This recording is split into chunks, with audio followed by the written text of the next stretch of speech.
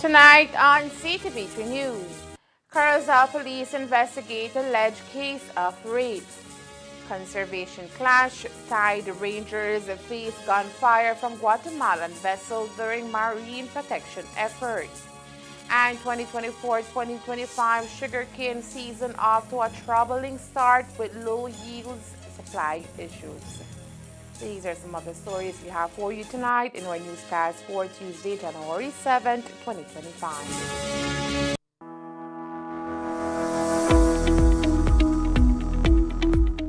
The New World screwworm is a serious threat to livestock, pets, wildlife, and even humans. It begins when a female fly lays her eggs in a wound or mucous membranes of a live, warm-blooded animal. These eggs hatch into larvae that burrow into the flesh and feed on living tissue, causing severe damage if left untreated. Monitoring your animals regularly is key. Check your livestock and pets for any wounds. No matter how small, even something as tiny as a tick bite can attract New World screwworm flies. Clean and treat all wounds immediately. Keep them covered and monitor them for any signs of infection or larvae. Early treatment is critical to stopping screwworm infestations. If you suspect an infestation, notify your local authority, PAHA, BLPA, or the Ministry of Agriculture right away. Quick action can prevent the spread and protect your livestock and community. Together, we can protect our livestock industry by preventing New World screwworm from entering Belize. Stay vigilant, treat wounds, and report any signs to the proper authorities. Stay informed, stay protected.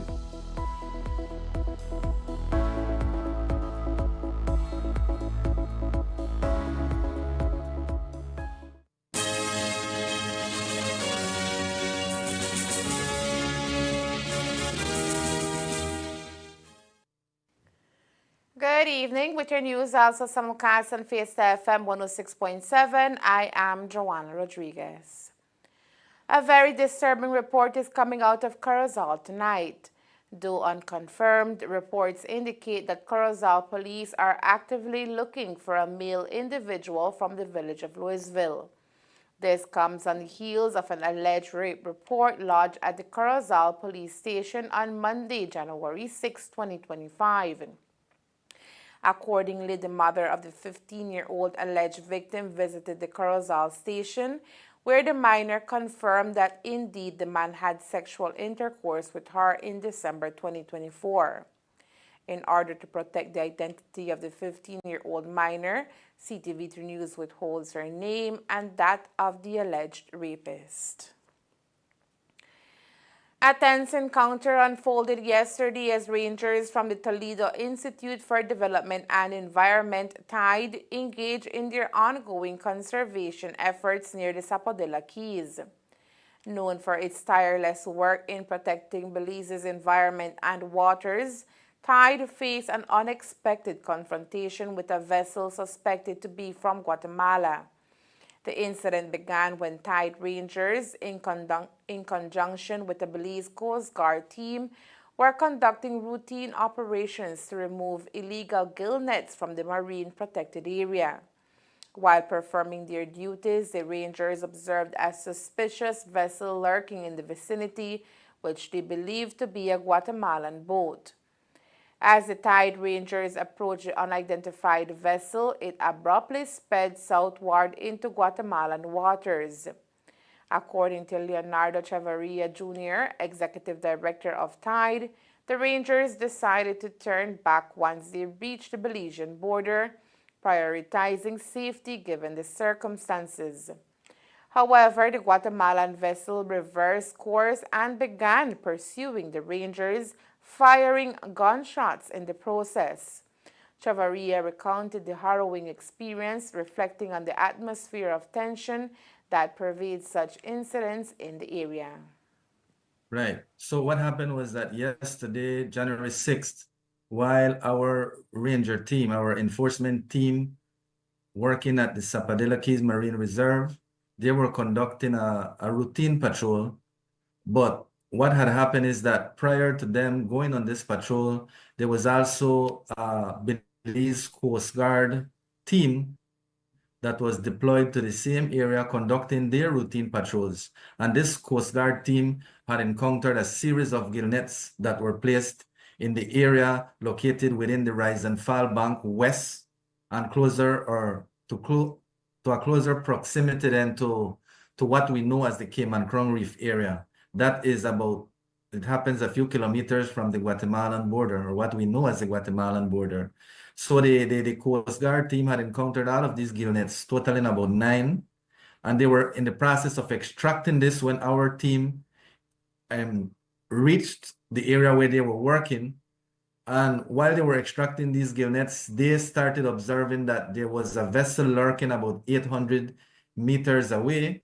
So the Coast Guard team that was initially there decided to request from our team to kindly go and identify what was the real purpose of that other vessel. While our team moved towards the vessel started speeding off towards the Guatemalan border, and our vessel was basically following them. But upon reaching the line that we know as the borderline, our vessel decided that, you know what, at this point it's best that we return back into Belizean, what we know as our Belizean waters. So we didn't cross that line towards in other words, approaching the Guatemalan area. But the Guatemalan vessels went across to the Guatemalan border, and then 2 other vessels joined the Guatemalan vessel, and then they decided, no, instead of them being chased, they decided that they will pursue our vessel. And that's when they started coming across into Belizean waters and chasing our vessels, the three vessels. So our team had no choice but start to move and mobilize more into Belizean waters. At this point, the alleged Guatemalan vessels, because we are not certain if they are Guatemalans, we are only assuming because of that's the Guatemalan border area. Shots were fired in the air, about 10 shots, and our team had at that point had to take cover and try to reach more into Belizean territory as possible. And then the vessels, upon identifying that now they were in Belizean waters, they decided to stop, turn around, and then went back towards the Guatemalan coastline and the borderline. Despite the urgency of the situation, Chavarria affirmed that the Coast Guard's presence in the area is vital. The Coast Guard vessel that was extracting the gill nets was quite a distance away, because remember that at that point our vessel had pursued the other vessels that was moving towards the border, so they were quite about 1,500 meters away, which is relatively quite a long distance. And in terms of procedure, this shouldn't have been, or was it reported to the Coast Guard? Well, remember that on our vessel, we also had two Coast Guard personnel, which were armed, but because it was not seen as such of a serious threat, they did not exchange fire with the vessels. So they exercised restraint, and fire was not exchanged, but it could have been a situation that could have escalated, and it probably could have led to a more serious situation out at sea. In light of this encounter, TIDE is contemplating new strategies to ensure the safety of their rangers while they continue their crucial work. Well, the support that we have from the Coast Guard has been phenomenal. We never conduct patrols in that area without Coast Guard presence. As you may know, TIDE Rangers do not carry arms. So whenever we go on these types of patrols, we depend heavily on the presence of Coast Guard personnel who are the armed forces. And this will not deter us from conducting enforcement initiatives in the area, because we know that we have assumed co-management officially since 2024, and we have taken up full co-management since April 15th of the entire Zapadilla Keys Marine Reserve, which we know as Belizean territory. So we have the mandate to protect the fishery resources in this area, and these type of activities will not deter us, especially during fish spawning aggregation season, when we know that we need to protect these fish spawning aggregation sites.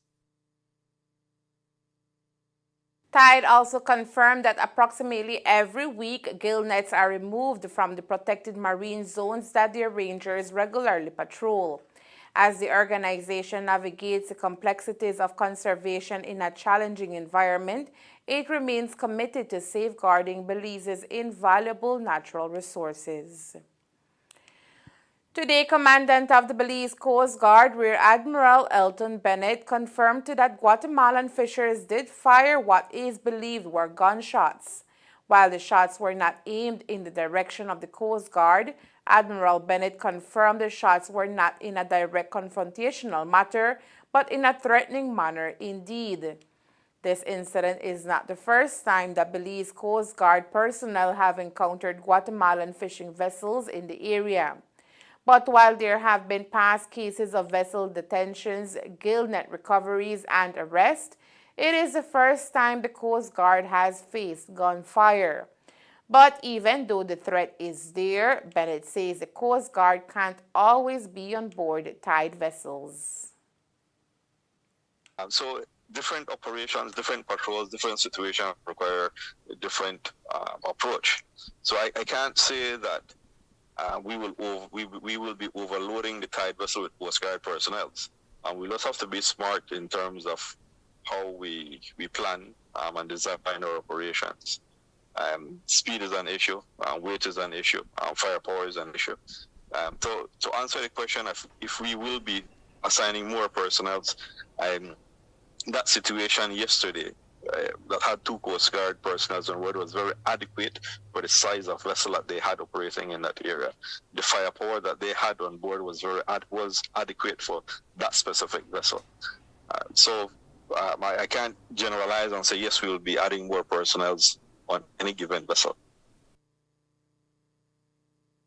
And while both entities are sure the Guatemalan fishers and Navy will return, Bennett says the Territorial Integrity Patrol will continue to guarantee the Belizean sovereignty over the country's sea spaces. There's a reason why the Coast Guard patrols that area. There's a reason why Tide is interested in that area as well. Will they return? Of course they will. Will the Guatemalan Navy come at some point? Yes, they will. But we have a responsibility to ensure that we patrol our sea spaces, and we will come across these illegal vessels in our sea spaces, and we will have to address those. So yes, we do expect that illicit activities will attempt to encroach in our sea spaces. As mentioned, the operation included 2 vessels, the Toledo Institute for Development and Environment Tide, and the other from the Belize Coast Guard. Coming up next, Ministry of Agriculture cracks down on price violations. Multiple businesses cited under new regulations. Stay tuned. El gusano barrenador del Nuevo Mundo representa una amenaza importante para el ganado, las mascotas y los seres humanos. Puede provocar graves pérdidas si no se controla rápidamente. Actualmente no está presente en Belice. Es por eso que la detección temprana es crucial para evitar su propagación. Ayudemos a mantenerlo fuera. No traiga animales de otros países ilegalmente. Si nota gusaneras en heridas inusuales, infórmelo de inmediato. Llame a Baja al 824-4872 o envíe un mensaje de texto al 670-7003. Juntos podemos trabajar para mantener a nuestro país libre del gusano barrenador del Nuevo Mundo y salvar animales. Este mensaje es presentado por Baja, OIRSA, IICA, USDA y el Ministerio de Agricultura, Seguridad Alimentaria y Empresas. The 2024-2025 sugarcane crop season kicked off less than 2 weeks ago, but today the country's premier industry is reporting a bleak outlook which has stakeholders concerned about the viability of the season. After a total of 10 days of delivery, the BSI mill in Tower Hill has received over 32,000 metric tons of cane, which has yielded only a little over 1,000 metric tons of sugar, representing a TCTS of 29. Now, to put this into perspective, currently the northern sugar industry requires 20 tons of cane to produce only 1 ton of sugar. This is very bad news for the industry, which is facing serious challenges, including the unpredictability of weather conditions at this time. de caña hasta ayer, 6 de la mañana, 32.698 toneladas métricas. Y esto ha dado una producción de azúcar de 1.558 toneladas métricas. Con un TCTS, como mejor lo conocemos, toneladas de caña para una tonelada de azúcar, de 20.9 toneladas de caña para una tonelada de azúcar. Wow. La pureza anda por debajo del estándar mínimo.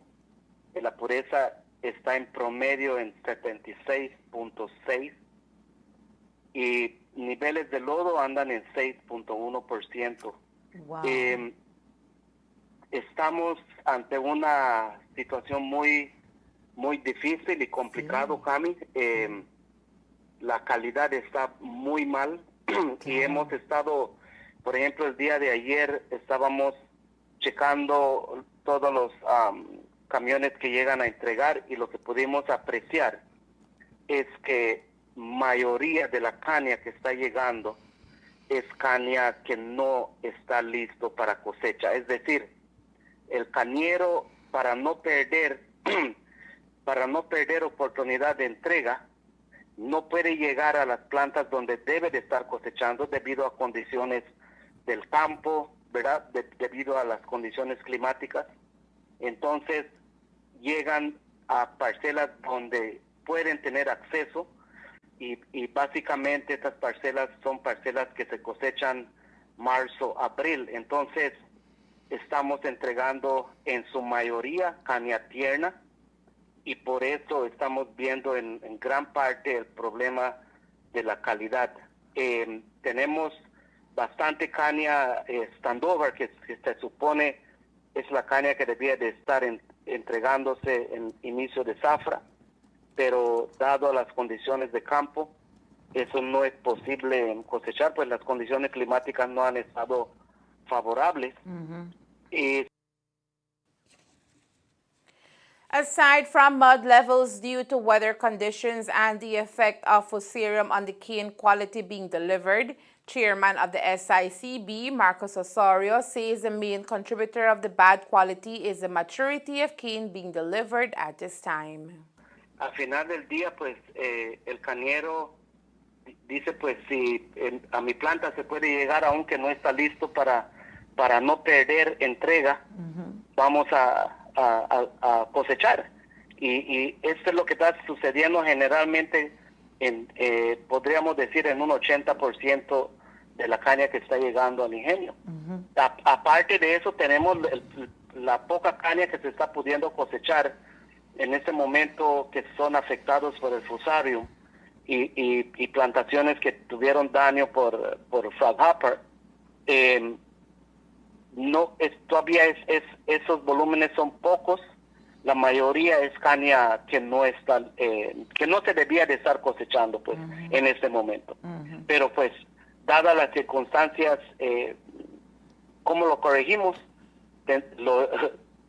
Una manera de corregirlo tal vez sería suspender la entrega para unos días y ver si mejoran las condiciones. Exacto. Pero es algo que el ingenio no va a estar de acuerdo. Y el cañero, pues, van a luchar y hacer todo lo posible para poder tener sus entregas. Major issue affecting the season at this time is the matter of cane supply, which is not being adequately reported to the pertinent bodies. This, according to Osorio, needs to be rectified for the crop season to begin to normalize. Hemos estado enfrentando una problemática donde los líderes de las asociaciones no están cooperando con información. Por ejemplo, el manager del SCPC se lo pasa en su teléfono llamándolos, creó un group chat por asociación, donde les pregunta para mañana cuánta caña creen van a tener preparado para entregar, y esa información no está llegando, no están proveyendo información los líderes de las asociaciones. ¿Por qué razón? O no están haciendo su trabajo, o simplemente no les interesa, y entonces para que el SPC pueda coordinar entrega. Necesitamos esa información y también para poder pasar esa información al ingenio. El ingenio, porque el ingenio estaba parado, entonces para poder reiniciar el ingenio necesita al menos tener la seguridad de que que tengamos mínimo de 700 toneladas para iniciar, para que empiecen a moler y con el objetivo de que aunque haya que bajar la tasa de molienda por hora para que no corran fuera de caña. Porque si se corre fuera de caña tienen que parar el ingenio y parar, arrancar esos equipos enormes es un riesgo, ¿verdad? Y más que eso, que si tenemos ya listos 700 toneladas, ya listo allá para entregar, la seguridad de que la cantidad de caña va a continuar llegando en las siguientes horas para el otro día, etcétera. Y no hemos tenido esa certeza porque no estamos, los líderes de las asociaciones no están cooperando. Y quisiera yo pedirles que necesitamos su colaboración, necesitamos su cooperación, porque al final del día pues no son los líderes que salen afectados, ¿verdad? Son los choferes que llegan allí y les toca esperar por horas. Habíamos pasado días antes entregas que llegan y no logran entregar hasta 12 horas después, porque la molienda estaba muy bajo, porque también estaba el problema del boiler, pero también si no tenemos la certeza del volumen de caña, el ingenio tiene que bajar la molienda y entonces todos los choferes salen afectados. Exacto. And while the millers were pushing to begin the crop season even before the 27th of December, Osorio now says that decision is being put to question as the industry faces overwhelming issues at this time. Y creo que el ingenio está muy preocupado por la situación de calidad, ¿verdad? Sí, o sea, sí, claro. 1.500 toneladas de azúcar de 32,000 toneladas de caña es muy preocupante. Pero a la vez, y si escuchamos a la gente del ingenio cuando hicieron su carga de azúcar crudo en Big Creek, un viaje de 39,000 toneladas, decían de que el ingenio está listo desde el 16 de diciembre. Así que si hubiéramos empezado el 16 de diciembre, Cami, la situación estuviera aún peor. Y creo yo, una de las cosas que yo siempre he dicho en reuniones del board, que si el ingenio está listo, eso no quiere decir que tenemos que empezar zafra. El ingenio está listo como cualquier persona, el cañero prepara sus transportes y posiblemente hay cañeros que desde el mes de octubre ya completaron el mantenimiento de sus equipos, pero eso no quiere decir que ya tienen que empezar a jalar caña. Yo creo que el inicio de zafra tiene que ver mucho con condiciones climáticas, también las condiciones de los sugar roots, que hoy sí están siendo un reto bastante grande para el cañero, pero ahora estamos viviendo la realidad, la situación de la calidad, y eso va a afectar a todo mundo, a todo cañero, al ingenio. Sí, claro. Y la pregunta es, ¿debimos iniciar el 27 de diciembre o no debimos iniciar el 27 de diciembre? Pero pues ya iniciamos. Exacto. Y pues ahora esperar que las condiciones climáticas vayan mejorando y también que los sugar roots se puedan reparar y que podamos ya iniciar, continuar con la cosecha de la mejor manera posible. Exacto. Señora.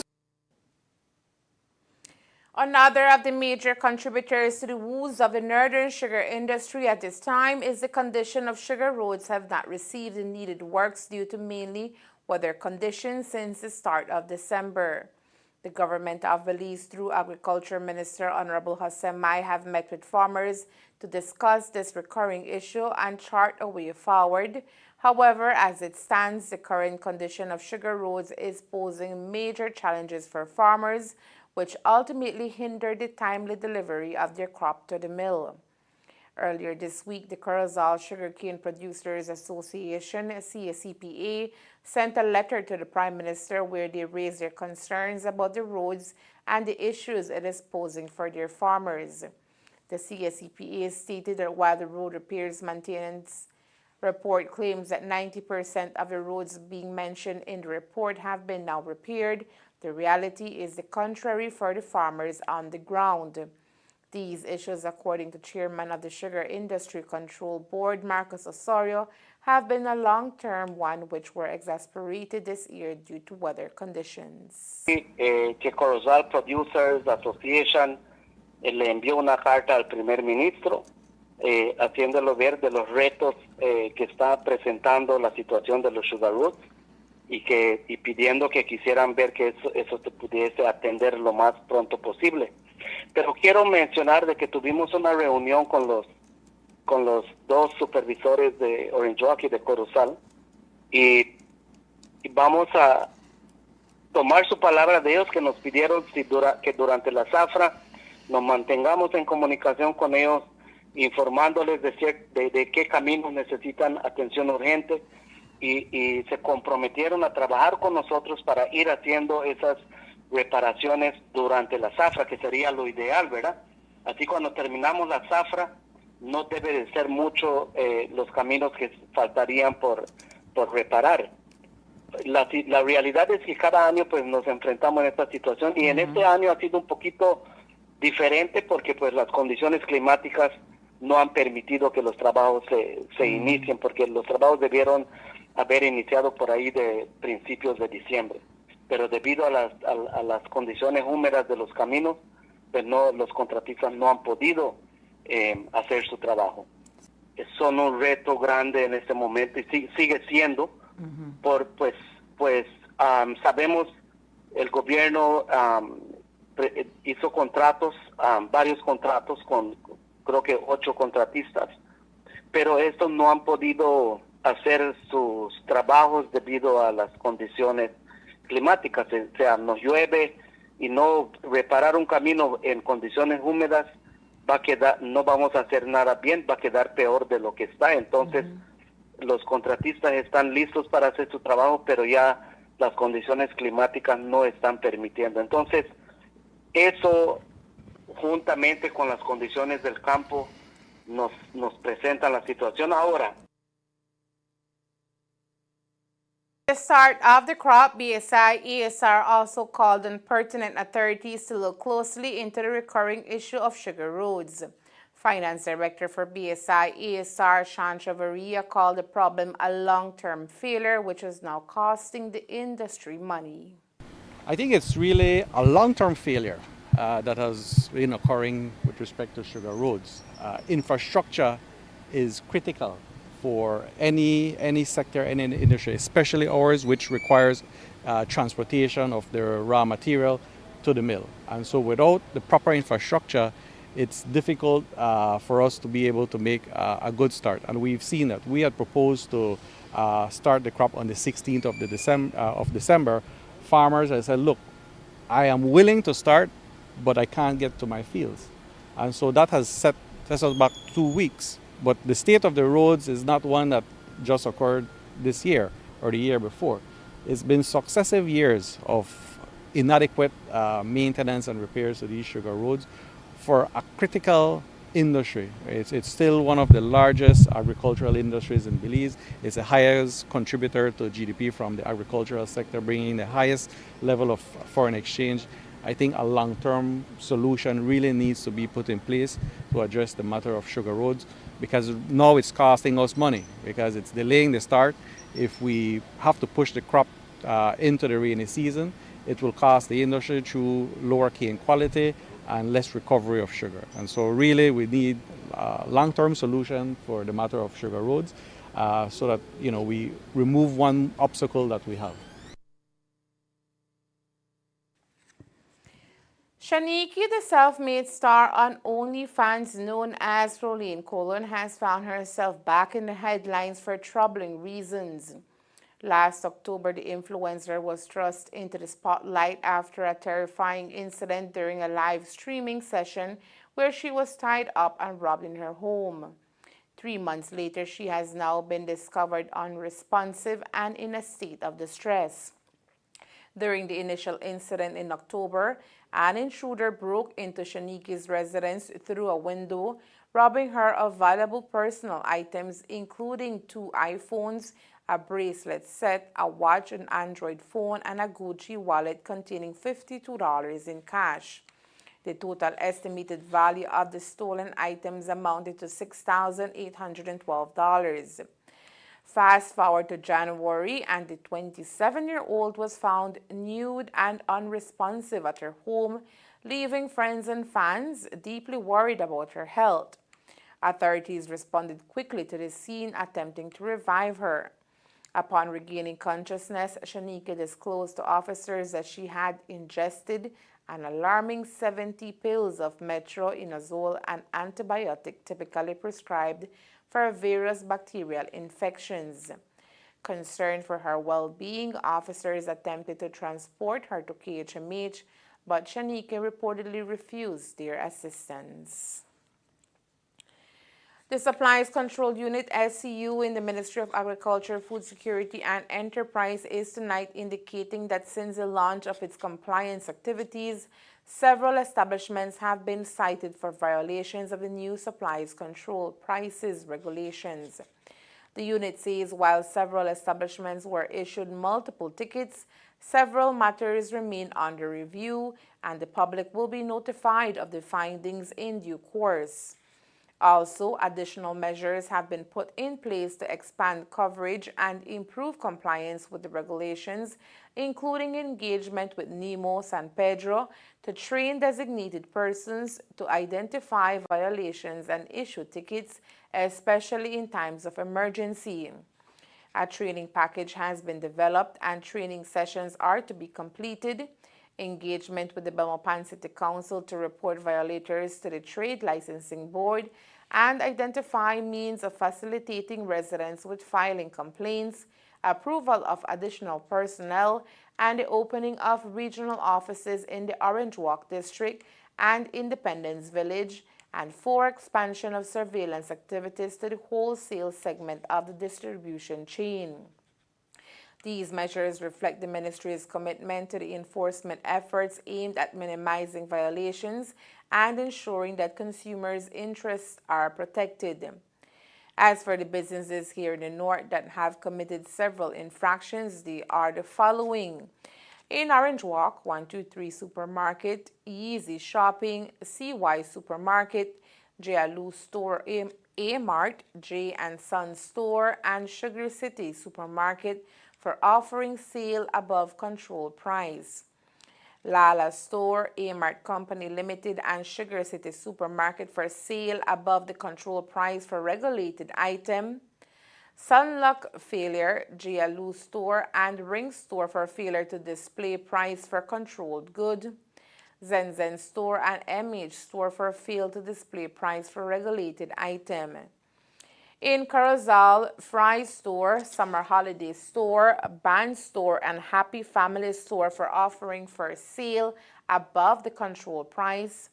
As for Ding Feng Store, the Chang Chop, Huan Supermarket, and Chang Fast Store, they were charged for failure to display price for controlled good. In the case of Kelly Supermarket and Henry Supermarket, they received tickets for offering first sale above the control price for regulated item. Thomas Store was charged for fail to display price for regulated item. And there is more news after the break. Stay tuned.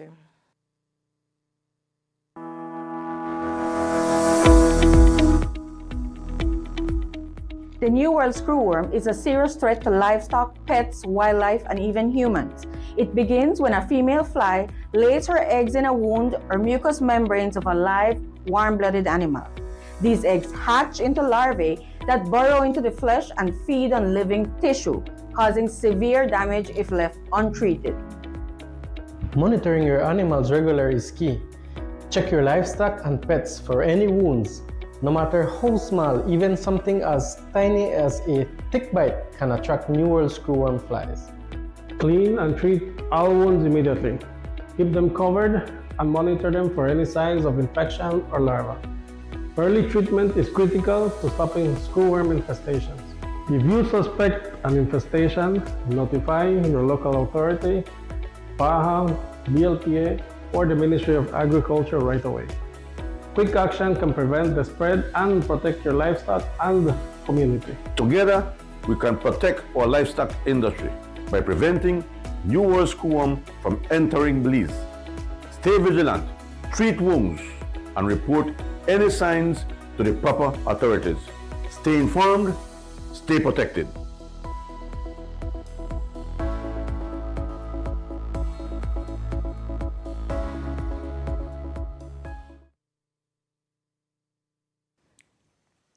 Clarita Petch has been appointed as Clerk of the National Assembly effective 2nd of January 2025.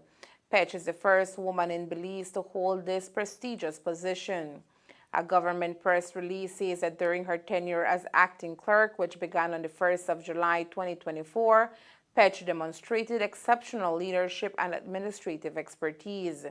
It added that Petch effectively managed the day-to-day operations of the National Assembly, ensuring its efficient functioning. In addition to her procedural responsibilities as clerk, she will continue in her role as the accounting officer for the offices of the Contractor General, the Ombudsman, and the Integrity Commission, underscoring her expertise and commitment to upholding transparency and accountability within Belize's parliamentary and public institutions. Petch expressed gratitude and a firm commitment to her new role and stated that one of her primary focuses will be supporting initiatives to increase public awareness of the National Assembly's roles and functions. The National Emergency Management Organization, NEMO, which operates under the auspices of the Ministry of Blue Economy and Disaster Risk Management, and the Belize Livestock Producers Association, BLPA, announced the launch of an initiative to assist cattle farmers in the Belize River Valley and Crooked Tree who were impacted by Tropical Storm Sara. This project is made possible through the generous contribution of $100,000 from the Embassy of the Republic of China, Taiwan in Belize. The official handing over of the check took place today with Her Excellency Amalia Mai, Chief Executive Officer of the Ministry of Foreign Affairs and Foreign Trade, who received it on behalf of the government of Belize. The check was presented by Her Excellency Lili Li Wen-Su, Ambassador of the Republic of China, Taiwan to Belize.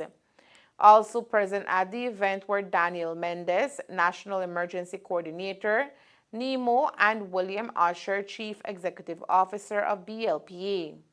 The flooding caused by Tropical Storm Sara in November 2024 severely affected livestock producing areas in the Belize River Valley and Crooked Tree.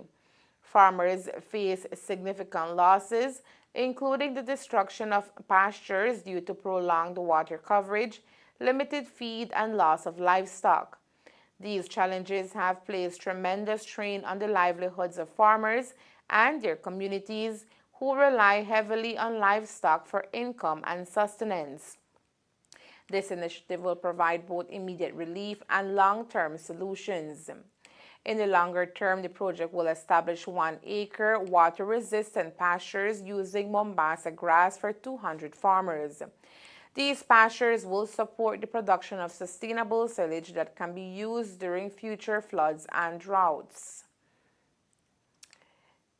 Honorable Andrew Perez, Minister of Blue Economy and Disaster Risk Management, stated this funding goes beyond emergency relief. It is an investment in our farmers, their families, and our country's food security.